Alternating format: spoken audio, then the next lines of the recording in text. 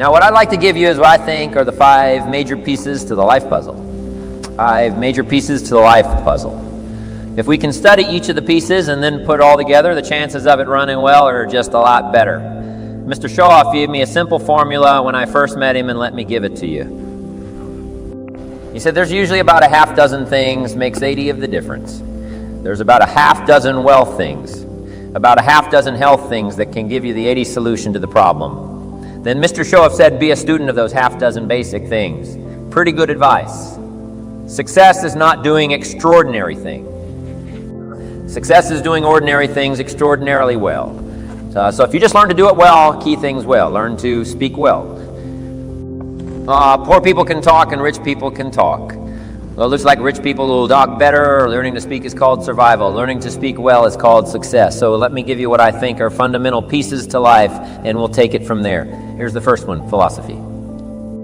Philosophy in very simple terms is simply what you know and what you know greatly affects how your life works out. We might also add what you don't know greatly affects how your life works out. The idea you miss could be the missing number and trying to put the numbers in the lock. So what you don't know will hurt you, to correct an old cliche. And to correct another one, ignorance is not bliss. It's important to know. It's important to get the information. Now we do something very important with what we know. We weigh it. That's another good word, we weigh. Weigh everything before you do it, before you buy it, before you try it. Make sure you weigh it, everything you get ready to do.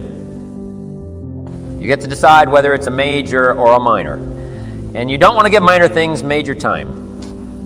You don't want to give something insignificant, significant amounts of your energy. So we simply use the phrase, weigh before you pay. And sophisticated people learn to weigh everything. And what we all need is a good set of mental scales to weigh everything. What if you got information and your mental scales were often insignificant things to you were significant? Wouldn't that be a major handicap the rest of your life? When you weighed something, important things weighed unimportant. We would call that a great handicap. So it's very important to weigh everything properly. And that's the reason for sermons and songs and lyrics and lectures and seminars and conversations and professors and teachers. And it's one of the reasons why we confer. We converse with each other and we debate. And we think about and we ponder and we perceive and we weigh. And we try to find out where the values are because you don't want to proceed and give big chunks of your life to something that's insignificant. Okay. So we get information, we weigh it. Then we come to conclusions about values. Big question, informing your life, where are the values? What is important? What should weigh heavy on my mind? And I should give it significant time and significant energy and significant money, Shell said to me. Poor thinking habits keeps most people poor, not poor working habits.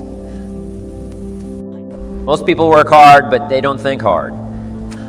They don't use their mind to really try to perceive where the values are so that they don't waste any time. It's easy to spend big chunks of your life on insignificant things. It's one of the major pieces of the life puzzle.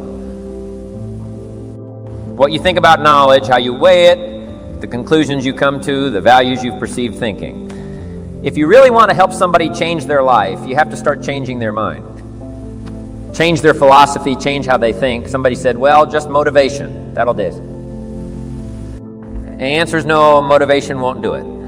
And if a guy's an idiot, then you motivate him. You got a motivated idiot, say no, that's not what it takes. Now it's very easy to make errors in judgment. Errors in judgment. I'm now the teaching people, even after they're out of school, university, college. They should read at least 1 or 2 books a week. It's easy when you get out of school, right, and get a job to just sort of let that all slide, not keep up the learning process. But if you don't keep up the learning process, a lot of values become fuzzy. If you don't keep trying to perceive what's important, what's not important, and then start spending major effort on minor things. So we have to keep learning. What if a guy spent his book money on donuts, right? We would call him greatly deprived mentally. In 10 years, the guy's bought 2 tons of donuts and only 2 books, right? Mostly with pictures, right? And why his life isn't working? Well, reason. After he got out of school, he didn't keep up the flow of ideas that can help to refine your business and help to refine your decisions and help you come to better conclusions. You've got to keep up the learning curve even if you're out of school to make sure that you're not making errors in judgment. The reason why most people wind up average at age 40 instead of rich is simply an error in judgment. about what to do with your money. What would you suggest a 15-year-old start as a plan to do with their money so that by 40 they're rich instead of average? Got to have a good plan, right? If you start making errors early with your money, those errors can make your life mediocre instead of rich. You wind up with pennies instead of fortune, and you wind up with crumbs instead of a feast, simply because early you made errors on what to do with your money. The guy says, well, it's only $10. So what does it matter what I do with it? And the answer is it. That's when it really matters, is when you don't have much. The guy says, oh, if I had a fortune, I'd really take good care of it. But I've only got a paycheck, so I don't know where it goes. We call those great errors in judgment. It's so important to make sure you've got a good plan. When the amounts are small, but it's easy to make errors. It's easy not to know. It's easy to miscalculate. And if you miscalculate some things, keep adding and adding and adding. I got a good phrase for you. Life is accumulated. Good phrase to know life is accumulated. Our errors either accumulate into what we don't get, or our wise decisions accumulate into what we do get. Now, the key is to correct the errors as early as possible. Fortunately, Mr. Shof caught me at age 25. Started asking me major questions at age 25. He said, Mr. Rohn, how long you been working? And I said, I've been working 6 years. I started working when I was 19. He said, well, 6 years. How much money have you saved and invested in the last 6 years? I said, not any. He said, who sold you on that plan? Well, 6 years isn't enough time now to check and see if you've got a good financial philosophy. And the time to catch the errors is early. So Mr. Shof started asking me those tough questions at age 25. How about your money? How about your resources? How about your investments? And you say, well, I've got plenty of time to worry about that. I'd be concerned about that later. And the answer is probably not. Now's the time to fix it. Wherever you hear the good information, that's the time to start fixing. Oh, we're teaching kids now a good wealth philosophy starting at age 5,015. We'll make you wealthy by age 4,045 at the latest. If you're a little slow, start doing wise things with your resources. When? When would you suggest people should do wise things with their resources? Answer, as soon as they get the better information. Now, you can't do what you don't know, but the key is to keep learning, so the good ideas keep occurring to you. Now, you can do more wise things, okay? But philosophy is where it all begins.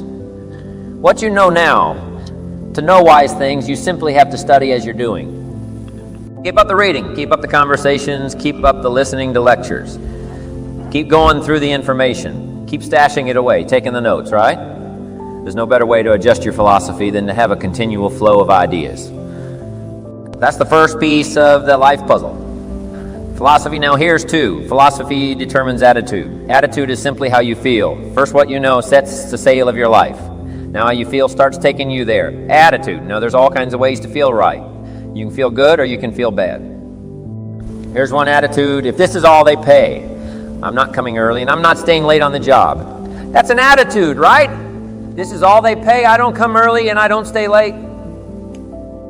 Now, do you suppose that attitude, if you carried it through the rest of your life, do you suppose that attitude would greatly affect your life as the years unfold? The answer is overwhelmingly, of course. Here's another attitude. No matter what they pay, I always come early and I always stay late to invest in my own future. Isn't that fascinating? Attitude is by choice. You can either choose to come early or you can choose to come late. You can either choose to leave early or you can choose to stay late. Attitude's a matter of choice now. To make wise choice, we need educated attitudes. Emotions must go to school to learn where the values are. Okay, good phrase. Emotions must go to school when kids are young, right?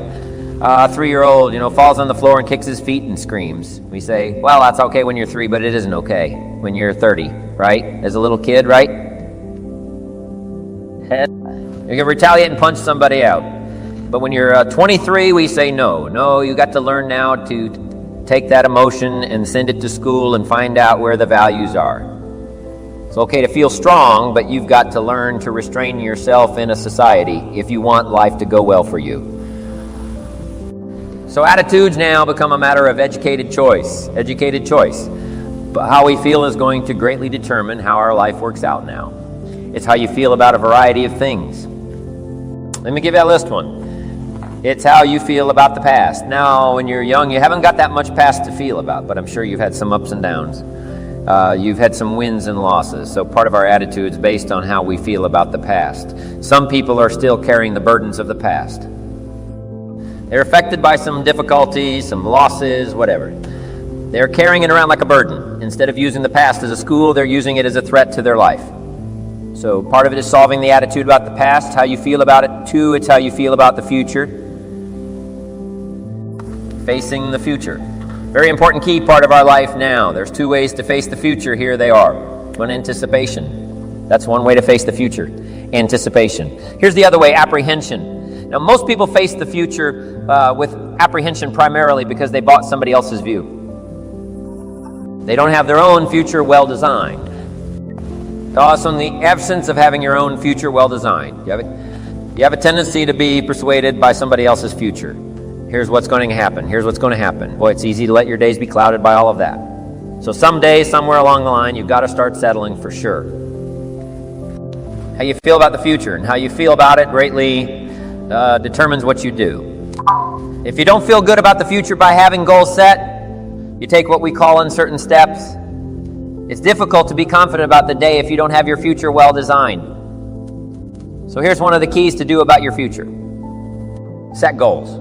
Write them down. Design the future. Where do you want to go? What do you want to do? What do you want to be? What do you want to see? What do you want to have? What do you want to share, even if it all changes 12 months from now? The key is to start making a list now. The cities you want to visit, the people you'd like to meet, your health goals, your investment goals, all that stuff. Start writing it, putting it in a journal somewhere, and let it all change as time unfolds. Something that you think is very important right now, 2 years from now, you'll say, that was kind of foolish. How come? I thought that was so important, right? Because you'll grow beyond that. But right now, it's important to get as clear a picture of as you can of the future. Set your dreams, set your goals. As it's important. How the day goes is greatly determined by your confidence about the future. Now, here's another attitude. It's how you feel about each other. It's how you feel about society, in the community, in the country. It's very important. It's not that difficult to be a cynic, and cynicism greatly influences how your life works out. But it's also important to understand that if you want to do well, it takes all of us to help each of us. Good phrase. It takes all of us to help each of us do well. You can't succeed by yourself. It's hard to find a rich hermit. You can't succeed by yourself. You need a market. You need a society. We need each other's ideas. We need each other's collective ideas. Collective participation in the marketplace, society. Okay, so how we feel about each other, very important. Now here's the big one. It's how you feel about yourself, self-esteem, understanding your own value, boy. If new discovery starts to unfold for you, that you've got the brains, you've got the talent, all you need is instruction. All you need is some coaching. All you need is some help. All you need is some advice, some experience. If you're headed down the wrong road, hopefully somebody's already been down that road where the bridge is out and they come back saying, don't go this way anymore, the bridge is out. So we take somebody else's advice and we say, wow, I'm glad you came along. I'm heading down this road.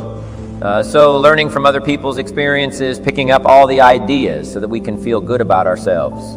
Now, self-esteem primarily comes from engaging in the disciplines that lead to value. Self-esteem comes from engaging in the disciplines that lead to value. We don't lack potential, but to bring value from potential, we need the disciplines. Now, one of the major things that makes us not feel good about ourselves is not engaging in the disciplines. If you keep letting yourself off the hook or just to humming it and letting it all slide, then you don't feel good about yourself. Best is the ant philosophy, right? To feel good about yourself. Do your best. Gather all you can during the summer. When we call it the ant philosophy. Ants don't settle for half. They go for all you possibly can. Do the best you can. It's the greatest lift to self-esteem, is doing the best you can. Okay, so attitude plays such an important part in the 5 pieces of the life puzzle. Now what's next? Number 3, first is philosophy, second is attitude. Philosophy and attitude determines activity. Activity is what you do. Key phrase, success is a doing. You actually now have to do it. It seems as though God has designed that the major part of the value of our life is left to our own mental genius. You've got to decide what you want to become. Then you simply have to go do it. engaging in the disciplines. So the activity part is so important. How hard should you work when you get ready to labor, when you get ready to try to be successful in the marketplace? How many days should you spend? How hard should you work? Well, let me give you an Old Testament phrase to consider. It says 6 days activity, 1 day rest. And that's called all the philosophy on activity, right? What should be the ratio of rest to activity? Old Testament suggests 61. Now I know that goes back a long way. Some people said, no, 61 is old-fashioned, 5-2 is better. Well, you got to take a look at 5-2 and see if it's okay. You don't just want to buy somebody's philosophy without seeing if it leads to fortune and if it leads to unique things. Wonderful. It's probably good, but you have to check out if 52 is okay. Would 43 be better? I don't know. You got to check everything. I do know this good phrase: don't rest too long. I got a good point for you. Make rest a necessity, not an objective. The objective of life is not to rest. The objective of life is to accomplish, to growth, full accomplishment. Test the outer limits of your abilities. That's what life is all about. See what all you can do. That's what life's all about. See what you do with the seasons and the soil and the seeds. See what you can do with your brain. See what you can do with your talent and your gifts and your skills. That's what life's all about. See what you can do now. We need rest, but you must make rest a necessity, not an objective. If you make it an objective, you start falling into what we call the average syndrome, right? People who live mediocre lives are always looking forward to getting off.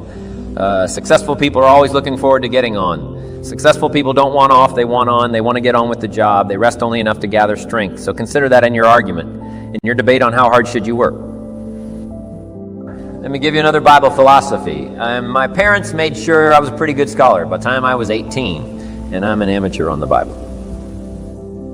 But here's another good philosophy to whatever your hands currently find to do it with all your might. Whatever you're doing, do it with all your might. We call that philosophy on activity. How hard should you work? As hard as you can in the time allotted to labor in leadership management lectures. We teach when you work when you play. Don't play at work and don't work at play, right? Make best use of your time. When you're working, pour it on. And when you're playing, have a good time, but don't play at work. Okay, so activity, very important piece in this whole life puzzle in working. Now you got to test how hard you can work. Part of it is physical, your own physical limitation. Some people can take 14 hours, no problem. Some people 10 stretches, pretty much their physical limitation. So everybody has to sort of decide how hard you can work, how much time you can put in when you come to university, right? You got to sort of find out how much workload you can handle. How many classes can you go through? How much can you unravel? How many study hours do you need? How much effort have you got when you're going out of gas, right? And you need to replenish the supply. So we all have to study our own activity habits.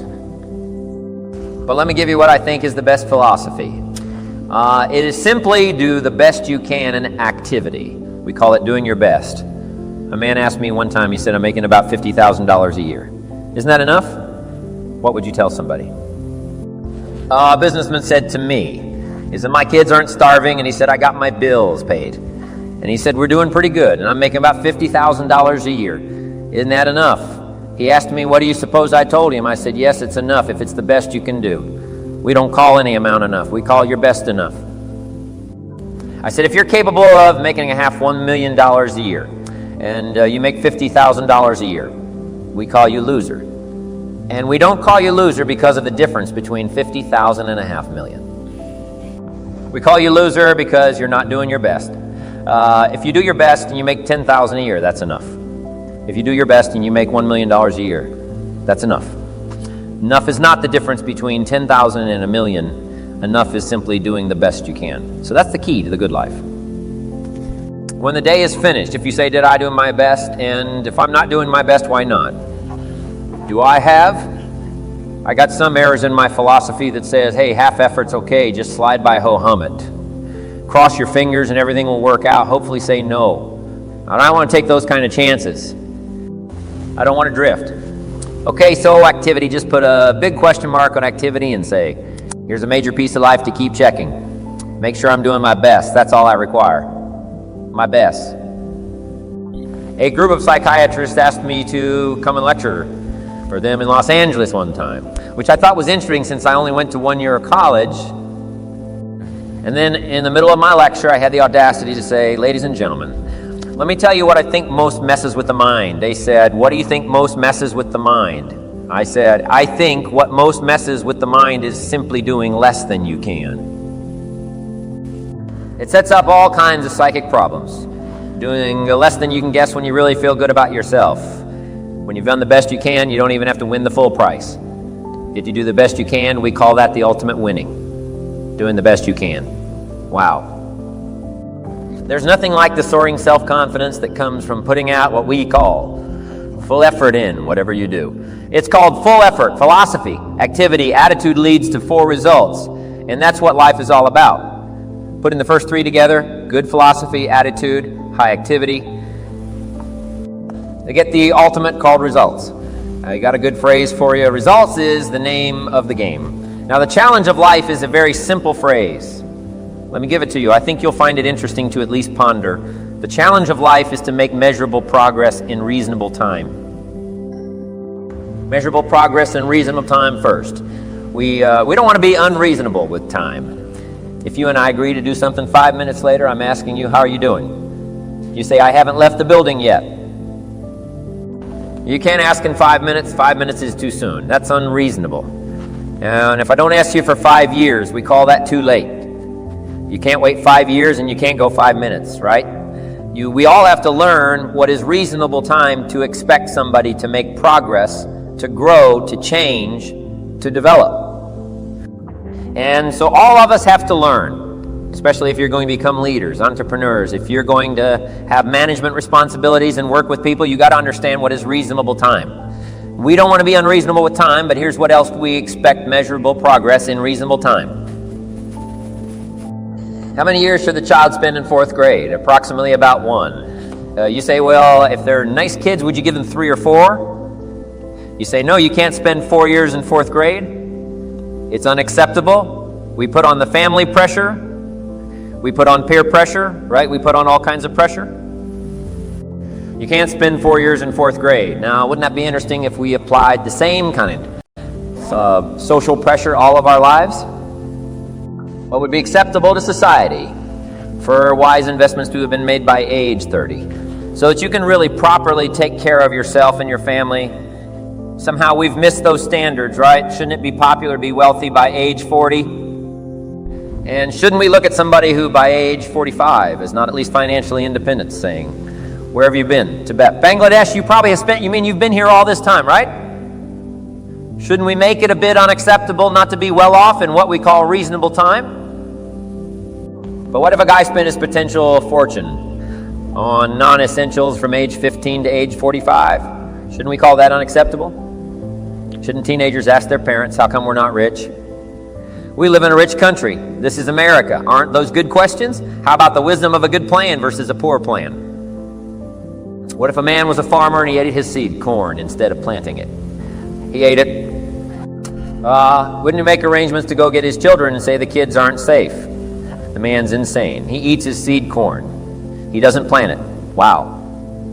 I just offer that as kind of an interesting question. If we make such pressure demands for 4th grade, why shouldn't we make those same pressure demands for the rest of life? Interesting question, right? Good debatable question. Now, part of it is we simply, society ease back on us as far as ongoing demand of results. But here's what I'd ask you to do. Make the demands on yourself. I'm asking you not to let yourself off the hook. Society will let you get by with far less than you want to be when you get out of university.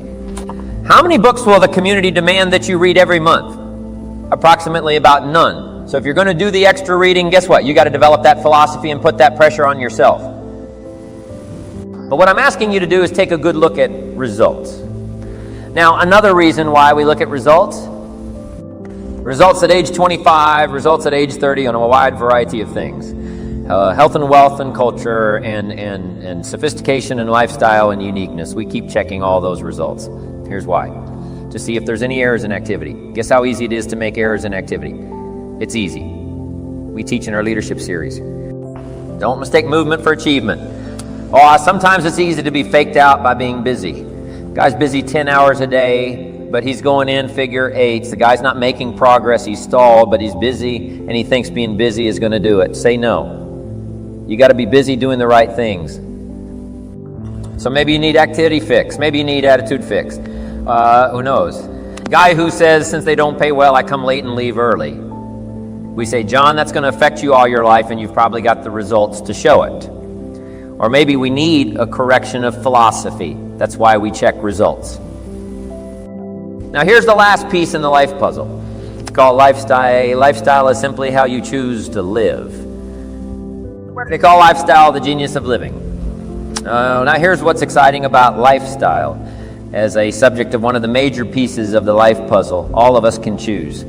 Especially in this country, all of us can choose how we wish to live. Guess what you can get from your money? Joy or animosity, however you wish to live.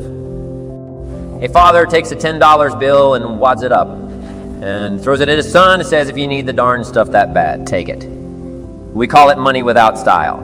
The father's got the money, but he doesn't have the style. He studied economics, but he didn't study happiness. So let me give you the phrase, happiness is an art, not an accident. Some people have figured out things economically, but they haven't figured out lifestyle to live well. Culture is a study. It's not an amount. Somebody says if you have an amount of money, you'll be cultured. And the answer is no. Cultured is a study. Culture is a refinement of the mind. To be cultured, you must study culture and practice culture. Money doesn't solve the culture challenge. Money doesn't solve the happiness challenge. To be happy, you got to study and practice happiness. And Mr. Shove taught me all the simple ways to get joy from substance. A sophisticated gentleman knows that a rose on time is more valuable than $1,000 gift. Too late. It's not the amount that counts. It's the genius that counts. It's the ideas that count. So here's what I'm challenging you to do. How to be happy with what you've got while you pursue what you want. And I'll give you time to make a note of that phrase because I think it's so important to wrap it up. How to be happy with what you've got while you pursue what you want. So I would challenge you in the last piece of the life puzzle. Find ways to live uniquely. Now, if you look at your life on all these 5 pieces, this is why I'm asking you to just go back through and review these notes. How am I doing on philosophy? Are there some things I don't know?